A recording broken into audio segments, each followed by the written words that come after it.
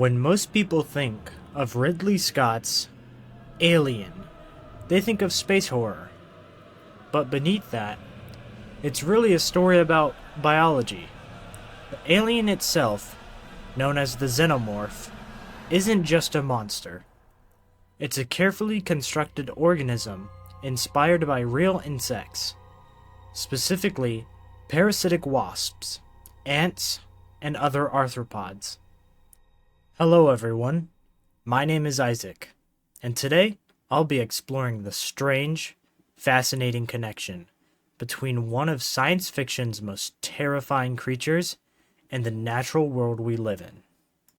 The film's creators, Ridley Scott, writer Dan O'Bannon, and artist H.R. Giger, all drew on entomology to make the creature feel plausible, terrifying, and alive.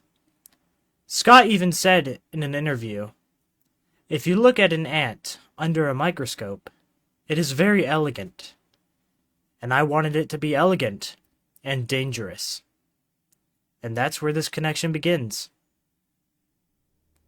One of the biggest inspirations for the alien's life cycle was the emerald cockroach wasp. This tiny wasp has one of the most disturbingly fascinating reproductive strategies in nature. When a female emerald cockroach wasp finds a cockroach, she injects venom directly into its brain. The venom doesn't kill the roach, it controls it. The roach becomes docile, allowing the wasp to lead it by the antenna like a leash. The wasp then lays an egg inside the roach's abdomen. Over time, the larva hatches and begins feeding on the roach's internal organs, carefully avoiding the vital ones.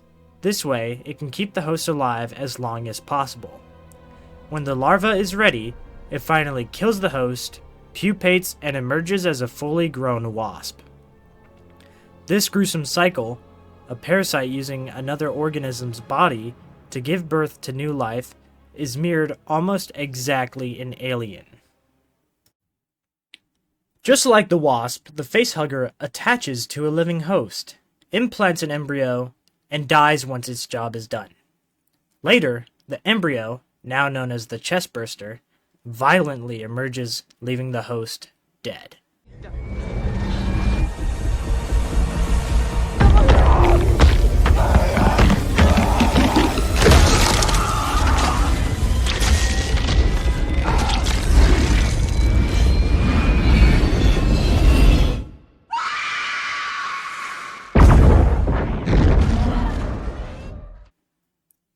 Dan O'Bannon, the film's writer, said the Xenomorph life cycle was intentionally modeled after insect parasitism because, in his words, that's how nature really works. Even Alien's executive producer mentioned he wanted the creature's life cycle to feel insect-like, based on the parasitic wasp that lays its egg inside a spider. This is similar to the Australian spider-hunting wasps that paralyze spiders and lay eggs on them so their larvae can feed safely.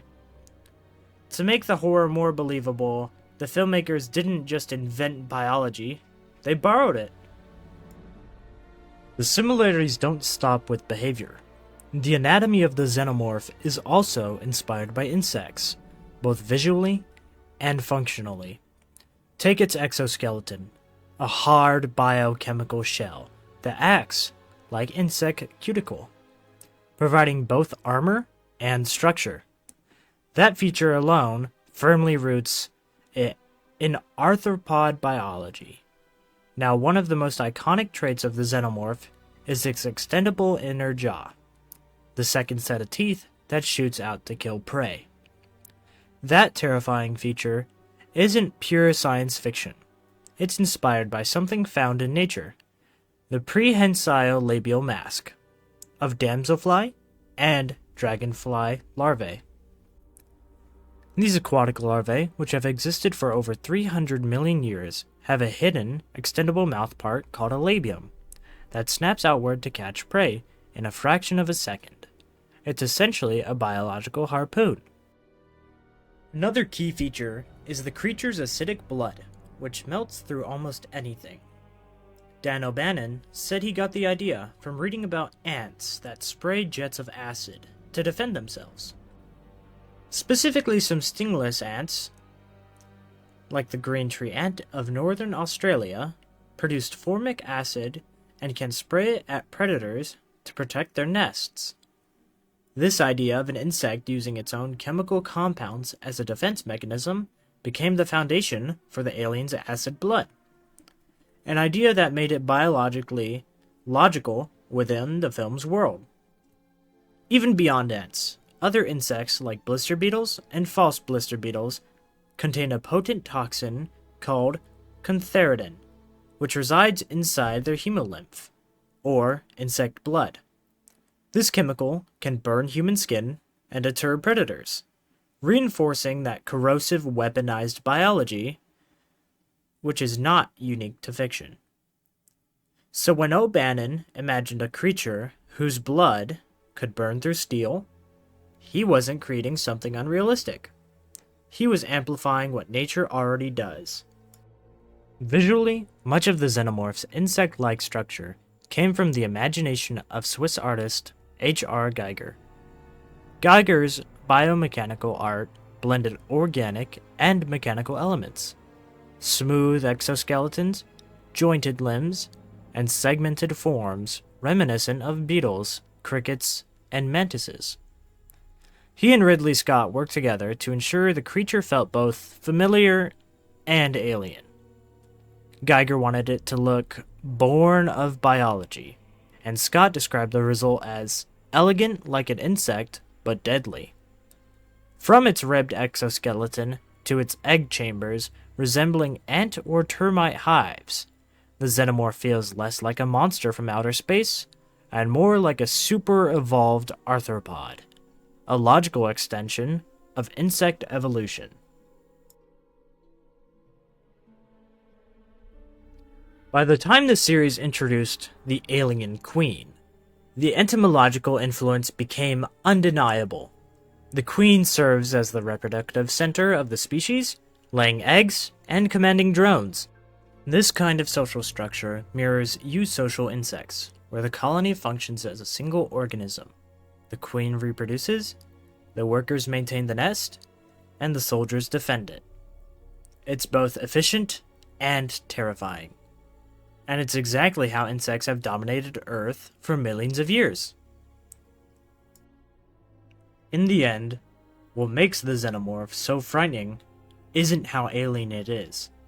It's how familiar it is. Its parasitic reproduction mirrors the emerald cockroach wasp. Its extendable jaws echo the dragonfly larvae predatory strike. Its acidic blood reflects the chemical warfare of ants and beetles, and its social hierarchy parallels the queens and colonies of our own planet's most successful species. Through this combination of science and imagination, Ridley Scott and his team didn't just create a monster, they created a reflection of nature's darkest ingenuity. As the viewers, we recognize that what we see on screen could exist because in some ways it already does. And that's the beauty of entomology and art. Even in the farthest reaches of space, the most alien life forms are still deeply connected to the insects here on Earth.